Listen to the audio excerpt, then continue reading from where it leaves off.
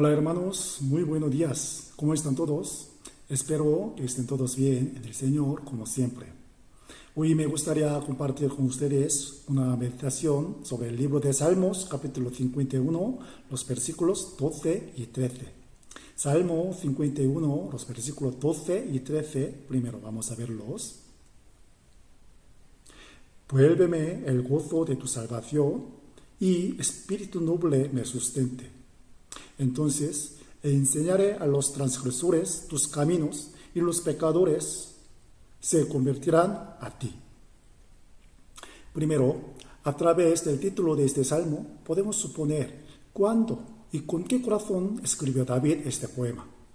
David escribió en su salmo los diversos tipos de sufrimiento que aparecieron en su vida y los consuelos que recibió al superarlos.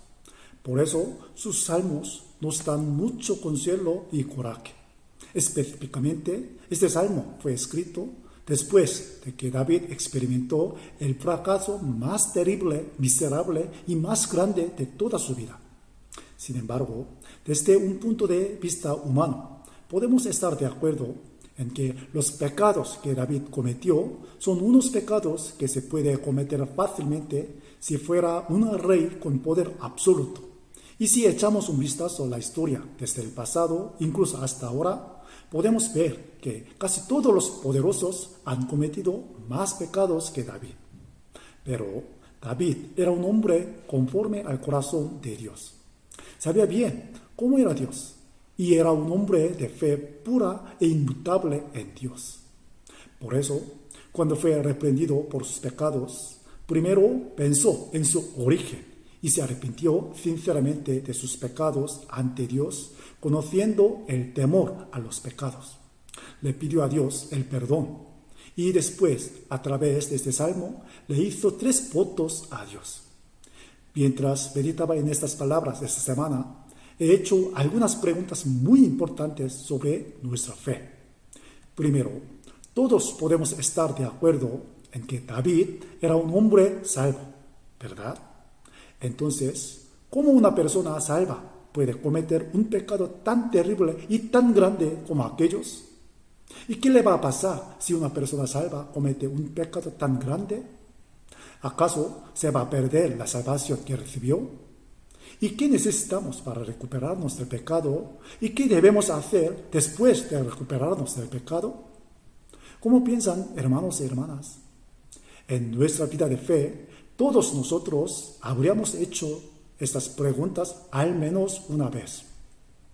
Entonces, ¿ya pueden responder clara y precisamente a estas preguntas? Estas preguntas y respuestas tienen mucho que ver con nuestra salvación directamente. Y estoy seguro de que conocer las respuestas correctas a estas preguntas nos permitirá vivir nuestra vida de fe con mayor confianza y fortaleza. La meditación de hoy nos enseña las respuestas definitivas a estas preguntas. Primero, ¿cómo puede una persona salva cometer un pecado tan grande? Como la confesión de David escrita en este salmo, todos hemos sido pecadores desde que nacimos. En otras palabras, nadie de este mundo puede vivir sin pecar perfectamente porque nació con una naturaleza pecaminosa. Por lo tanto, incluso una persona salva, cualquiera puede cometer un pecado que cometió David o incluso mayor que ese. Por eso es necesario la oración del versículo 12, en especial la oración registrada, la parte de atrás, nos puede proteger del pecado. En la Biblia española está escrito como espíritu noble, pero en la original y en otras traducciones aparece como un espíritu dispuesto. En otras palabras, en un deseo voluntario de obedecer la voluntad de Dios. David estaba orando para protegerse del pecado con este espíritu dispuesto. Oró también para que este corazón se quede consigo. De hecho, cuando este espíritu voluntario desaparece de nosotros, no podemos vencer la tentación de pecar. David se dio cuenta de esto a través de sus pecados y estaba haciendo esta oración para protegerse a sí mismo del pecado. Sin embargo, ¿qué pasará si comete un pecado tan grande? ¿Perderá la salvación? La respuesta a esto también está en el versículo 12. ¿Cómo se registra? David oró para restaurar el gozo de la salvación. Oró no para restaurar la salvación en sí, sino para restaurar el gozo de la salvación de Dios que ya había experimentado. Al igual que la oración de David, si una persona salva comete el pecado, no importa que sea intencionalmente o sin saberlo, no importa cuán grande sea o no, la salvación en sí no se pierde, porque la salvación cumplida por la sangre del Señor es la salvación eterna. La Biblia habla de nuestra salvación eterna desde el principio, pero debido al pecado, el gozo de la salvación que hemos recibido puede ser quitado. ¿Por qué alabamos a Dios? ¿Por qué le agradecemos? Porque el gozo de la salvación está en nuestro corazón.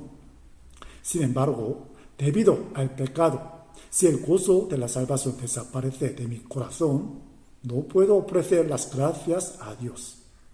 Por eso, debemos orar para restaurar el gozo de la salvación en nuestra vida diaria, para alabar a Dios que me salvó y agradecerle.